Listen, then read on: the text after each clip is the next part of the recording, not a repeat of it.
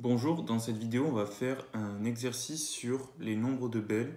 Donc si tu vois pas c'est quoi les nombres de Bell, en fait, ça dénombre le nombre de partitions qu'on peut faire d'un ensemble à n éléments. Ça, c'est un exercice qui tombe de temps en temps aux oraux XENS et aussi c'est un exercice qui est intéressant à travailler du point de vue de la grecque parce qu'il met en jeu plein de notions du programme et tu peux aussi le prendre en développement pour l'agrégation. Donc, on va montrer la propriété suivante. Donc, on va noter Bn, le énième nombre de Bell, donc c'est le nombre de partitions d'un ensemble à n éléments, comme j'ai dit.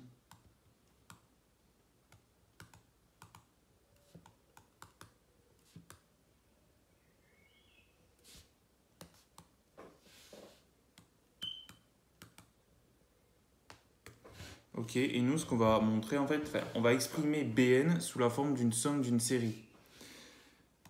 On va montrer que Bn, c'est égal à 1 sur E, la somme pour k égale 0 à l'infini de k puissance n sur k factoriel. Donc pour commencer, on va s'échauffer en calculant les premiers termes de la suite Bn. Alors, par convention, on a B0 qui vaut 1, mais je vais expliquer pourquoi en fait on a cette convention-là par la suite, pas tout de suite, parce qu'en fait le nombre de partitions d'un ensemble à 0 élément, ça serait l'ensemble vide, et en vrai il n'en a pas, mais on va voir pourquoi on va noter B0 égale 1. En tout cas, si on calcule B1, ben, là c'est assez facile, la seule partition possible c'est le singleton 1. Voilà, donc il y a juste une partition possible. Ensuite pour B2, ben, pour partitionner l'ensemble 1, 2, on peut faire soit le singleton 1 et le singleton 2 ou directement 1, 2. Donc on en a deux. Donc là, je vais mettre 2. Ça donne cette première partition. Et celle-ci. Ok. Ensuite B3. Donc là, pour partitionner 1, 2, 3, il y a plus de possibilités. Soit on prend chaque singleton séparé. Comme ceci. Après, on en prend un de taille 2 et un sous-ensemble de taille 2 et un sous-ensemble de taille 1, singleton. Donc, 1, 2, ensemble. Pardon. Ça donne 1, 2, ensemble et 3. Puis, 1, 3, 2. Puis, 1 tout seul, 2, 3, et ensuite 1, 2, 3 ensemble. Voilà toutes nos partitions possibles, donc ça fait 5 B3. Ok, donc ça c'était les premiers termes de la suite des nombres de Bell. Maintenant, ce qu'on va faire, c'est déjà établir une formule de récurrence forte définie, satisfaite par les nombres de Bell. Donc pour ça, on va essayer d'exprimer Bn plus 1 en fonction des termes précédents. Pour ça, il faut penser aux partitions d'un ensemble à n plus 1 élément. Donc on va dire les entiers de 1 à n plus 1. Alors, ce qu'on peut faire déjà, c'est considérer la partie qui va contenir l'entier n plus 1. Celle-ci, elle a une taille k qui va de 1 à n plus 1. Et du coup, pour la former, on a k-1 parmi n possibilités. Ok, parce que le n plus 1, il est dedans, il est fixé. Après, il faut en choisir k-1 restant, parmi les n qui restent. Et après, il nous reste une partie de taille du coup n plus 1 moins k qu'il faut partitionner. Donc ça, c'est bn plus 1 moins k. Du coup, on arrive à la formule suivante. C'est la somme pour k égale 1 à n plus 1 de... comme j'ai dit, c'était k-1 parmi n, oui, fois bn plus 1 moins k, comme ceci. Maintenant, ce qu'on va faire, c'est un petit changement de variable, k égale k-1, ouais. Ce qui nous donne la somme pour k égale 0 à n de k parmi n de bn moins k. Ok? Et là, j'aimerais avoir du bk, pas du bn moins k. Donc là, on va faire encore un changement de variable avec avec k égale n moins k. Donc ça nous donne la somme pour k égale 0 à n de n-k parmi n de bk. Puis là, on va utiliser la symétrie du coefficient binomial et ça nous donne la somme pour k égale 0 à n de k parmi n bk. Voilà, on est bon. Et là, vous voyez, je vous avais dit, par convention, on prend b0 égale 1. Et là, c'est assez logique parce que vous voyez, si on prend dans cette formule-là de récurrence forte, n égale à 0, on a b1 qui va être égal à, du coup, b0. Donc, vu que B1, on l'a calculé, il vaut 1, c'est assez logique de prendre... il faut, pour que la formule de récurrence soit vérifiée, que B0 égale 1. Maintenant, on va introduire la série génératrice des nombres de Bell. Donc ça, c'est assez normal, c'est assez intuitif parce que de toute façon, en combinatoire, c'est un raisonnement classique. On fait pareil avec les nombres de Catalan. Ce qu'on fait, c'est que on trouve, on montre que la série génératrice en fait de notre suite, elle a un rayon de convergence non nul. On trouve une formule explicite de celle-ci, on fait un développement en série entière de cette forme explicite et après on identifie les coefficients. Donc là on va faire pareil. Donc la série génératrice des nombres de Bell, elle est de la forme suivante, la série de Bn sur n factoriel Zn. Donc déjà, cette série génératrice, donc là je peux écrire, c'est la série génératrice des Bn. On va montrer qu'elle a un rayon de convergence non nul. Pour ça, on va utiliser un théorème de comparaison sur les coefficients. Et on va montrer qu'en fait, le coefficient de notre série génératrice, Bn sur n factoriel, il est plus petit que 1. On sait que la série des Zn, elle a un rayon de convergence égal à 1, ce qui nous donnera que notre série génératrice, elle a un rayon de convergence supérieur ou égal à 1, donc non nul. Et pour montrer que ce coefficient-là, il est inférieur ou égal à 1, on va montrer par récurrence que Bn est inférieur ou égal à n factoriel. Donc Pn, c'est notre propriété, c'est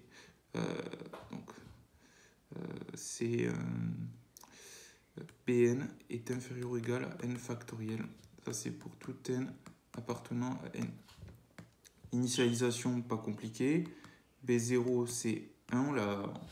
On l'a donné juste avant et on a dit que c'était normal de prendre cette convention.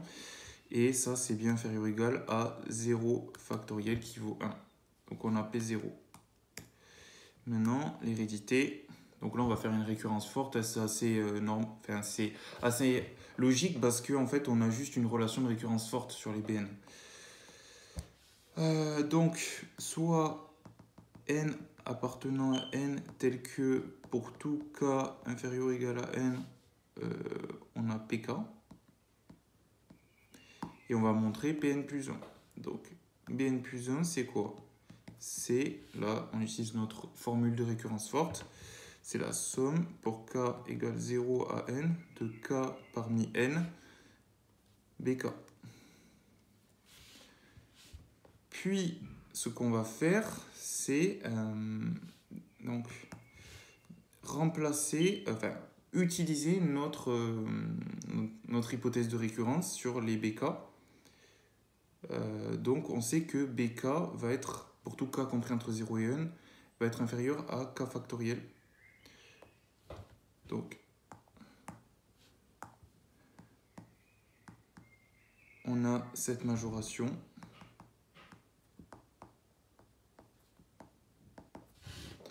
Comme ceci. Puis, ça, on peut l'écrire comme ça, le coefficient binomial n factoriel. Donc, sur k factoriel, il simplifie avec le k factoriel en produit. Sur n moins k factoriel. Et après, du coup, ce qu'on a, c'est que les 1 sur n moins k factoriel, ils sont plus petits que 1. Donc, on peut majorer comme ceci. N factoriel. Ok, chaque terme n-k pour k compris entre 0 et n, on le majore par 1. Et ça fait, vu que notre somme, elle boucle sur un ensemble de taille n plus 1, ça fait n plus 1 fois n factoriel, donc n plus 1 factoriel.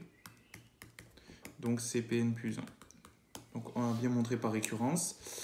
Et du coup, on a, comme avec la remarque que j'ai dit avant, hein, le fait que par théorème de comparaison et que la série des Zn, elle a un rayon de convergence égal à 1, on a la série génératrice, donc la série des Bn sur n factoriel Zn, qui a un rayon de convergence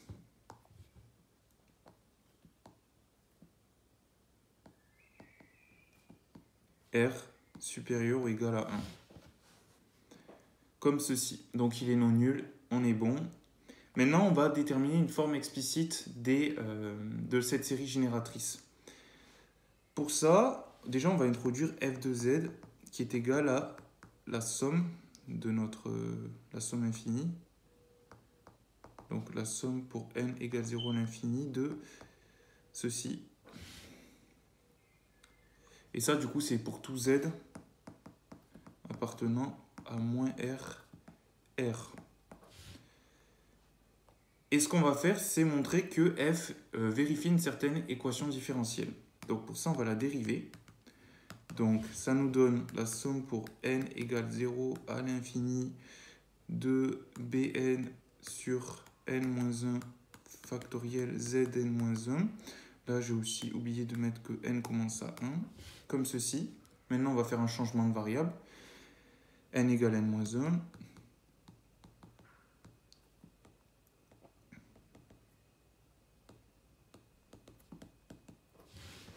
Voilà, on a ça. Là, on va utiliser encore notre formule de récurrence vérifiée par Bn plus 1.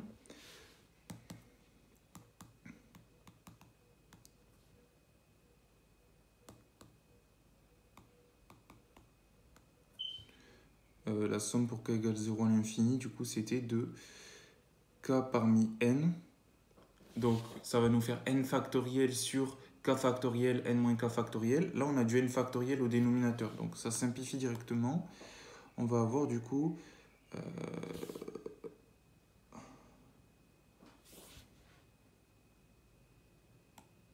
k factoriel, n moins k factoriel, zn. Ok. Alors, j'ai oublié le bk. Le bk, je vais le mettre ici. Voilà, on a exactement ça. Alors là, par contre, c'est pas la somme jusqu'à l'infini, pardon. Je sais pas pourquoi j'ai mis ça, c'est notre formule de récurrence. Donc c'est jusqu'à n, bien sûr. Voilà, là on est bon. On a ça, mais là on reconnaît un produit de Cauchy. On reconnaît un produit de Cauchy, c'est le suivant. C'est la somme pour... je rappelle la forme du produit de Cauchy. Si on a la série, peut-être je vais le mettre à droite, mais si on a la somme pour n égale 0 à l'infini de an zn fois la somme pour n égale 0 à l'infini de bn zn. Ça, c'est la somme pour n égale 0 à l'infini de la somme pour k égale 0 à n de ak bn-k zn. Pour tout z, du coup, dans moins RR, où R c'est le min entre le rayon de convergence de la série des ANZN et BNZN. Ok, donc là on reconnaît le produit de Cauchy, comme je disais, de la somme pour n égale 0 à l'infini de Bn sur n factoriel Zn fois la somme pour n égale 0 à l'infini de Zn sur n factoriel. Ok, et là, ça fait f de z exponentielle z. Voilà, donc là, on a notre équadif. Vous voyez, f' de z égale f de z exponentielle z.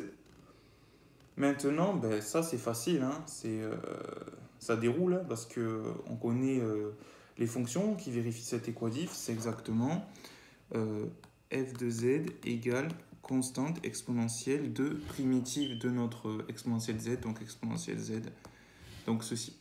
Maintenant, on va déterminer la constante, pour ça, facile. On a f de 0 qui est égal à CE, et aussi f de 0, c'est du coup, si on reprend notre série génératrice, hein, si on l'évalue en 0, ça nous donne B0. B0 vaut 1. Donc ça vaut 1 aussi. Et ça, ce système, il nous donne que C est égal à 1 sur E. Donc au final, on a f de z qui est égal à 1 sur E exponentielle d'exponentielle de z. Voilà. Maintenant, on a notre forme explicite de notre série génératrice. Il suffit de développer en série entière cette forme explicite et après d'identifier les coefficients. Donc commençons par développer en série entière cette forme explicite. Pour ça, on a 1 sur E exponentielle d'exponentielle de z, c'est donc 1 sur E, la somme pour n égale 0 à l'infini, de exponentielle nz sur n factoriel. Ok. Puis on continue, ça c'est 1 sur E, la somme pour n égale 0 à l'infini, de la somme pour k égale 0 à l'infini de donc nkzk sur n factoriel k factoriel. Comme ceci. Voilà, donc là vous voyez que nous on aimerait identifier les coefficients des séries entières. Mais pour ça, il faudrait avoir quelque chose sur la forme d'une série entière, c'est-à-dire somme infinie d'un coefficient fois zk. Le problème, c'est que notre k, il est dans la deuxième somme. Donc là, pour retrouver la forme d'une série entière, il va falloir permuter les sommes. Mais on peut permuter les sommes que si la famille des nk sur zk sur des nkzk sur n factoriel k factoriel est sommable. Donc c'est ce qu'on va essayer de vérifier. Donc montrons que la famille des nkzk sur n factoriel k factoriel est sommable. Donc là, cette famille, elle est indicée sur n2, n carré, donc est sommable. Pour ça, on calcule la double somme infinie des modules et on montre qu'elle est finie. Donc la somme pour n égale à 0 à l'infini, de la somme pour k égale 0 à l'infini, de nk, zk sur n factoriel, k factoriel en module. Et là, qu'est-ce qu'on fait? En fait, on fait exactement le raisonnement inverse de ce qu'on a fait avant, sauf qu'on a un module. En fait, ça fait la somme pour n égale 0 à l'infini de donc 1 sur n factoriel exponentiel de module de nz. Et après, ça nous fait exponentielle d'exponentielle de module de z qui est fini. Donc la famille est bien sommable. On va pouvoir permuter les deux sommes. Donc au final, on a f de z qui est égal à 1 sur E fois la somme pour k égale 0 à l'infini de la somme pour n égale 0 à l'infini de notre truc là, nk sur n factoriel, pardon, k factoriel z puissance k. Comme ceci. Ok. Et maintenant, donc, on va juste ordonner les choses parce que vous vous rappelez, notre série génératrice, elle est de la forme la somme sur k des bk sur k factoriel zk. Donc là, on va juste isoler le 1 sur k factoriel. Ça nous donne la somme pour k égale 0 à l'infini de 1 sur k factoriel, 1 sur e, la somme pour n égale 0 à l'infini, de nk sur n factoriel zk. Ok? Et là, c'est fini. Hein. Là, on retrouve notre bk. Donc, on a bien montré que bk est égal à la somme, enfin 1 sur e fois la somme pour n égale 0 à l'infini de n puissance k sur n factoriel. Donc là, juste, enfin, là, vous voyez que c'est la même chose parce qu'en fait, j'ai utilisé comme variable muette la k dans ma somme et plus bas c'est n. Mais au final, on retrouve bien la même chose. Et voilà la fin de cet exercice.